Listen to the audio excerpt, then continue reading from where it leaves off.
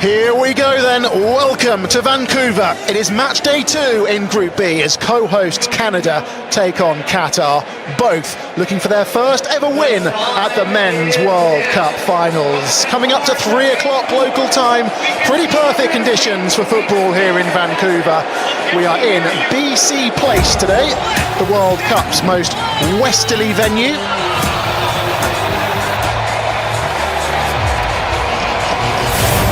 We're on Canada's west coast here in British Columbia. It is Canada's third largest city.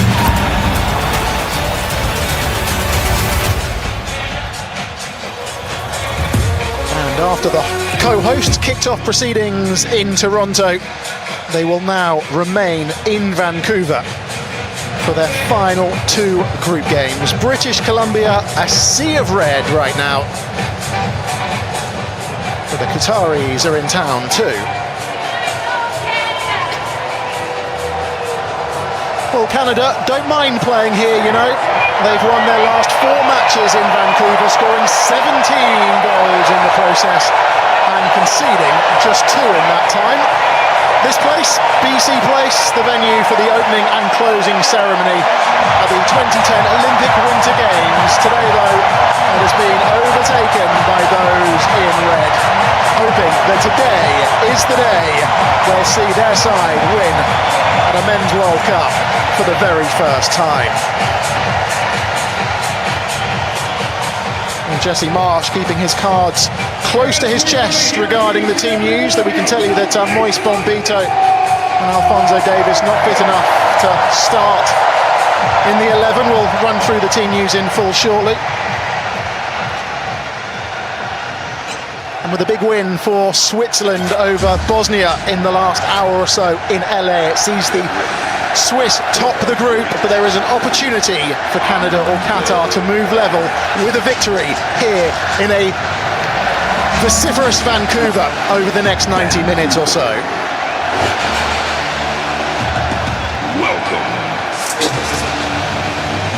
Well, not long to go now. The 2 sides in the tunnel. Alongside me, Paul Scott, for this one is Casey Stoney, the head coach of the Canadian national women's team. Casey, good afternoon to you. How big a moment is this for Canadian football? This is absolutely massive. You know, a full house in here, BC Place. A dream come true for these players to be on home soil in a World Cup. It's huge. I've seen so many kids in the stands today watching. There'll be so many globally watching, and in Canada especially. It's important, you know, Canada put on a good performance today, inspire the next generation and capture many more hearts of these Canadian fans.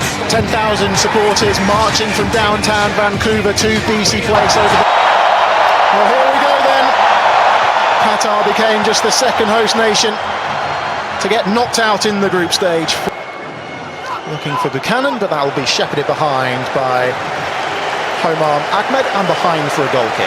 Yeah, just a little bit more patience needed, I think. Houston's got time to line up the cross. It's off of Homam Ahmed and behind for the first corner of the contest. Cross. There's a man over on the ball. The first. Afif looking to try and make things happen. He skips away from Cornelius and the Canadian defender brings him down, and that's going to be a set piece to Qatar and the first booking of the contest.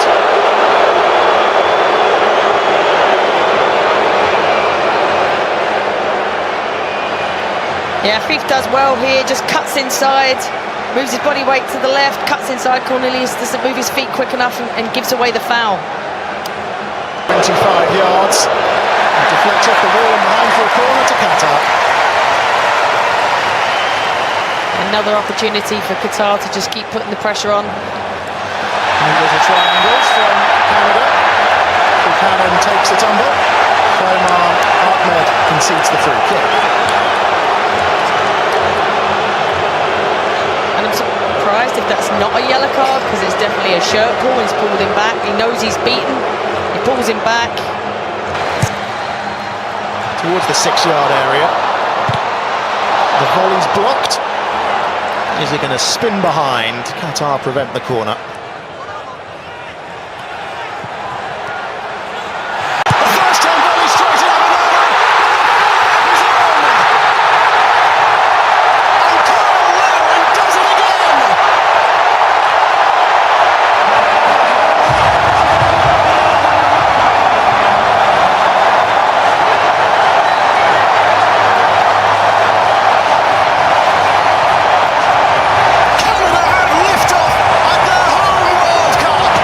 given the nod from the off in this one, and he's repaid his manager's faith, and Canada have a free kick.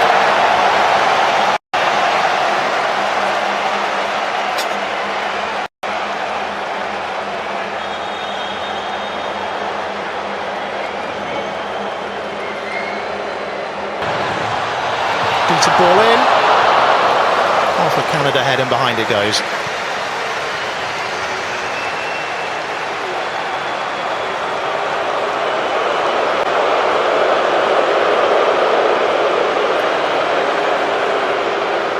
Larin had actually scored just once in 24 matches, 24 caps prior to this World Cup, as Physio's about to enter proceeding. Too much pace on that one. He's a willing runner, Ali Ahmed, but he'll never get there. And now it is time for the hydration break.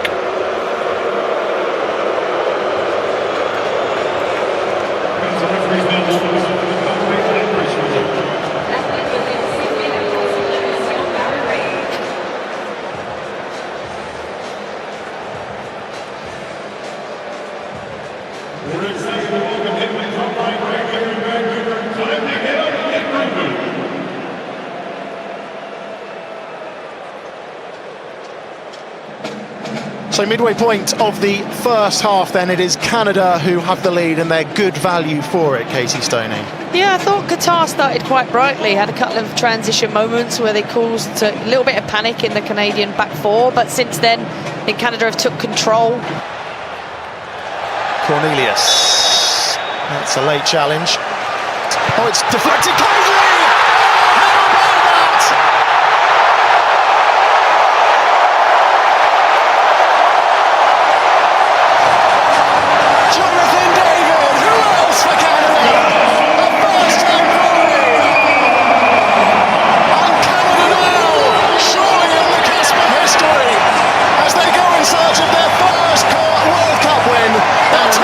Onside and in behind, down he goes, vociferous appeals for a penalty, and the referee points to the spot.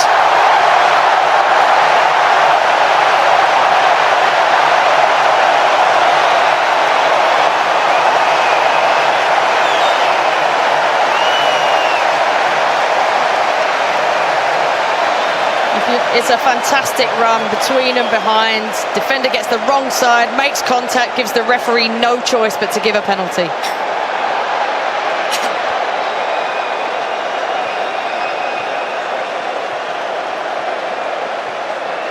It's a yellow card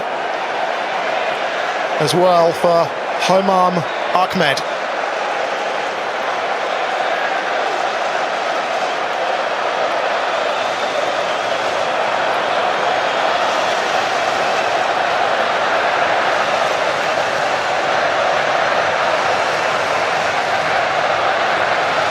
Wonderful run from Buchanan, who made his way from out wide through the middle. Just appeared from nowhere, didn't he? Yeah, I think it is Ahmed Ali, and it's over the bar.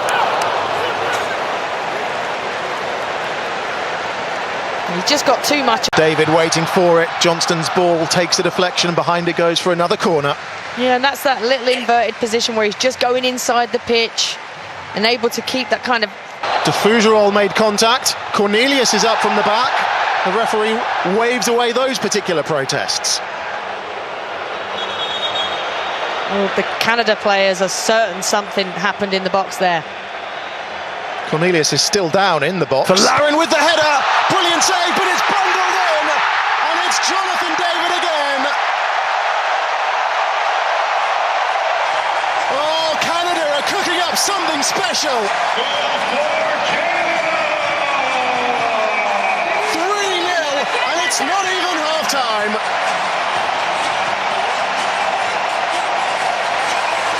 And he's got nowhere to go.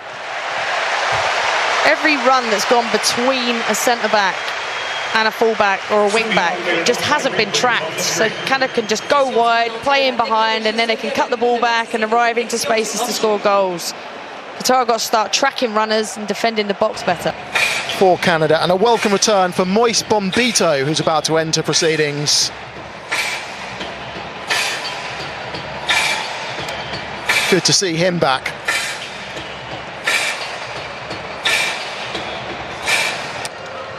That's a late challenge, surely, on Kone. That's going to be a free kick. And a yellow card as well. This looks serious. The Qatar player is waving the medical team on. This doesn't look good. And it's boiling over. Canada not happy with the challenge. And you can see the Canada players with their hands on their heads, same as the Qatar player that called the medical attention. This is Modibo who got the yellow card.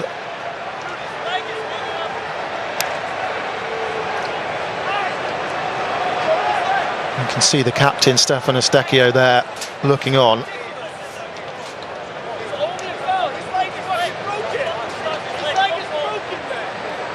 Real concerns here for Ismail Kone.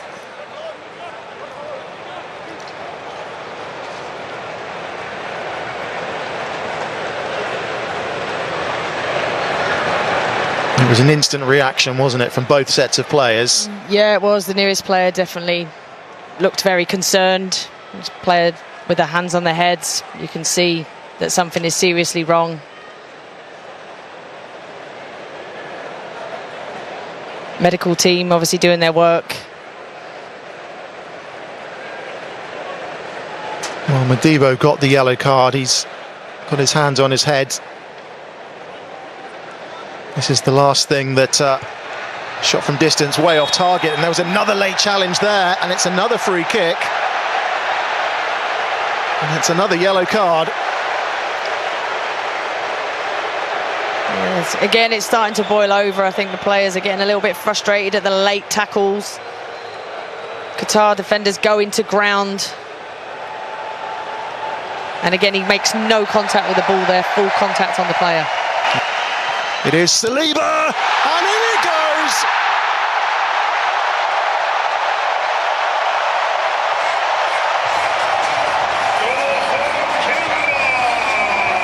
Even the substitutes are getting in on the act now.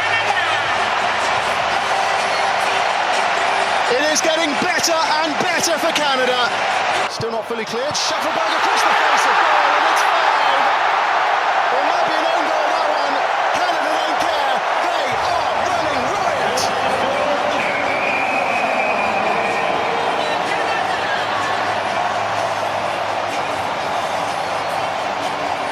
Five of the best in Vancouver. And Qatar's day's just gone from bad. Shufflebug drags that one wide, but why not? Yeah, if the space is there and no one's coming out to pressure. Ball doesn't find Larin, and Shufflebug snatches at it and sends it behind for a goal kick.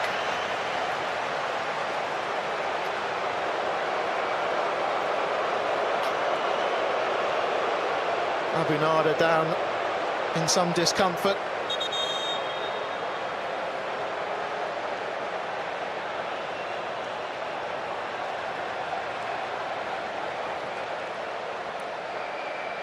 A shake of the head.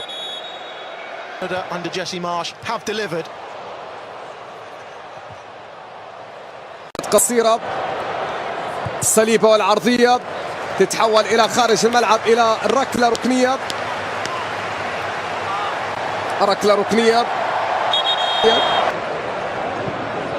هذه المباراة الثانية في هذا الملعب، سيحتضن أيضا مباراة منتخب مصر. Flag stays down.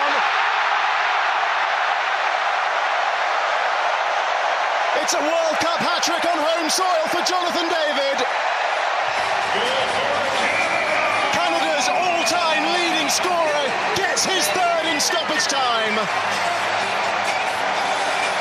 And Canada make it 6. Stands it up towards the far post. Abanada collects that one. Semi-automated offside replay is on the screen.